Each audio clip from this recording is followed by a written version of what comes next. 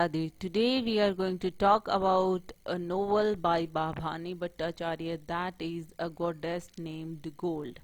A Goddess Named Gold में ऐसे इंसान के बारे में बात की गई है या फिर आप कह सकते हो कि सटायर किया गया है उन पे जो कि गोल्ड के लालची होते हैं। इसमें जो बताया है कि किस तरीके से एक विलेज की लाइफ डिफिकल्ट होती है पुअर मैन के लिए इस संसार में सरवाइव करने के लिए जहाँ पे डोमिनेंट लोग रहते हैं।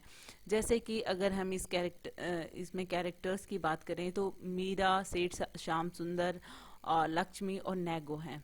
और फर्स्ट ऑफ ऑल बात करें, this book was published in 1960 and इसमें जो मीरा है वो प्रोटैगनिस्ट है। एक 16 ईयर ओल्ड एक पीजेंट गर्ल है और इसके विचार किस तरीके से इसके अगेंस्ट में होते हैं सेठ श्याम सुंदर के।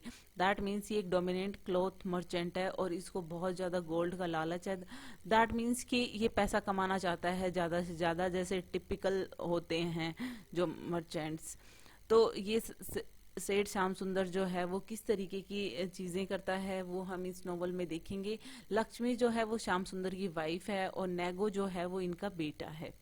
तो जैसे नोवेल स्टार्ट होता है और उसी टाइम पे जो लक्ष्मी का बच्चा है, दैट मीन्स लक्ष्मी और श्याम सुंदर का, नैगो नाम का, ये जो है वो वेल में स्लिप हो जाता है और वो उसको मीरा बचाती है। जब मीरा बचाती है और यहाँ पे क्या होता है कि जैसे जो मीरा है उसको इस नोवेल में बताया गया है कि उसके पास एक एमुलेट है। एमुलेट मतलब ताबीज, जो कि उसको उसके ग्रैंडफादर ने दिया है। और उसके ग्रैंडफादर ने ये कहा था कि जब भी उसके पास ये ताबीज होगा और जब भी वो एक्ट ऑफ काइंडनेस करेगी, दैट मीन्स सच्ची दयालुता किसी के लिए दिखाएगी, कोई अच्छा काम करेगी, तो जो कॉपर होगा वो गोल्ड में चेंज हो जाएगा। जो भी उसने कॉपर पहना होगा वो गोल्ड में चेंज हो जाएगा। ये सारी चीजें सुनकर सेठ श्याम सुंदर जी हैं वो भी इस तरीके की चीजें सोचते हैं, वो भी पैसे कमाने की सोचते हैं। और वो क्या करते हैं कि उस टाइम पे जो उनकी साड़ी की जो वो क्लॉथ मर्चेंट ही होते हैं, तो साड़ियों के जो दाम हैं वो बढ़ा देते हैं और वो ज़्यादा से ज़्यादा पैसा कमाना चाहते हैं। इसलिए उनका जो कॉन्फ्लिक्ट है वो उनके साथ में हो जाता है कि किस मीरा जो है वो चाहती है कि वो जो साड़ियों के दाम हैं वो ठीक रहें, या फिर आप ये कह सकते हो कि जो जेन्युइन रेट है वो लें, लेकिन ऐसा सेठ श्याम सुंदर नहीं करते हैं। और यहाँ पे मीरा को जो है एकदम ब्रेव अनसेल्फिश दिखाया गया है, एडवेंचरस दिखाया गया है कि वो किस तरीके से सोसाइटी के अगेंस्ट खड़ी होना चाहती है, या फिर आप ये कह सकते हो सेठ श्याम सुंदर जो कि इस तरीके की हरकतें करता है कि वो हमेशा बुराई के सामने खड़ी होती हैं। और वो कहती हैं कि वो बिजनेस डील भी उसके साथ करता है कि वो 50-50% जो भी प्रॉफिट होगा उसका वो लेंगे, जो भी उसको उनके पेरेंट्स से वो डील करता है। लेकिन जो मीरा है वो नहीं चाहती है ऐसा कुछ भी। वो जो है वो काम वो ये नहीं चाहती है कि कोई भी वो तावीज़ की वजह से वो जाने जाए या फिर वो तावीज़ की वजह से काइंडनेस के काम करे।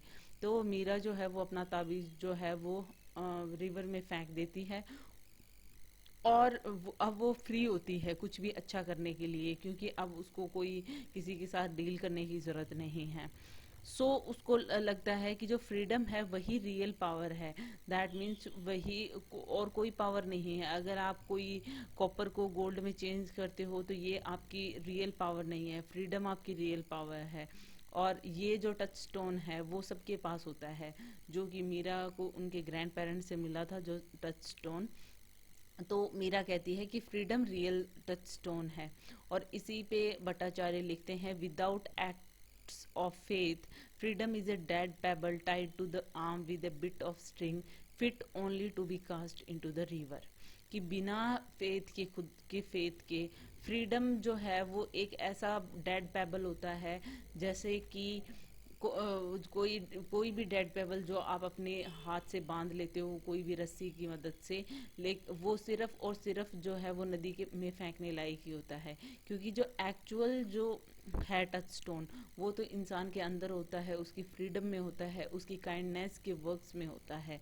तो इस तरीके का इसमें जो मैसेज है वो दिया गया है इस नोवेल में कि किस तरीके से वो है कि जब भी आप उस चीज़ को बांध के अगर कोई काम करते हो उस एमुलेट को, तो ज़रूरी नहीं है कि किसी एमुलेट की ज़रूरत हो, तो तुम अपना फ्रीडम के साथ में भी कुछ भलाई के काम कर सकते हो। इस ये भी मैसेज दिया गया है, और किस तरीके से मतलब बहुत ज़्यादा से ज़्यादा पैसा कमाने के लिए जो सेठ है वो किस चीज़ तरीके के काम करते हैं वो भी बताया गया है। साथ ही साथ में यहाँ पे किस तरीके से यहाँ ये जो गांव है जहाँ की ये सेटिंग है इस नॉवल की, वो उसका नाम है सोन मिट्टी। दैट मीन्स कि यहाँ पे जो है सोन मिट्टी मतलब लैंड ऑफ गोल्ड की, जैसे गोल्डन सॉइल उसे कहते हैं सोन मिट्टी। तो उसी पे यहाँ की जो गांव है इसका जहाँ पे मीरा रहती है वो चीज़ बताई गई है।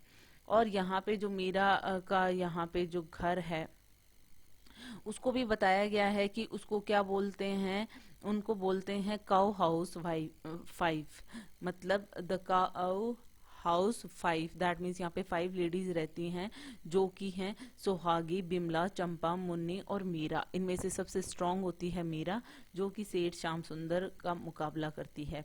तो इस तरीके से जो ये नोवेल है ये बहुत ही ब्यूटीफुल मैसेज के साथ में जो है वो ख़त्म होता है कि जो भी कोई टच स्टोन होता है वो एक सिर्फ और सिर्फ बीड होता है, जो कि एक वर्थलेस पेबल होता है।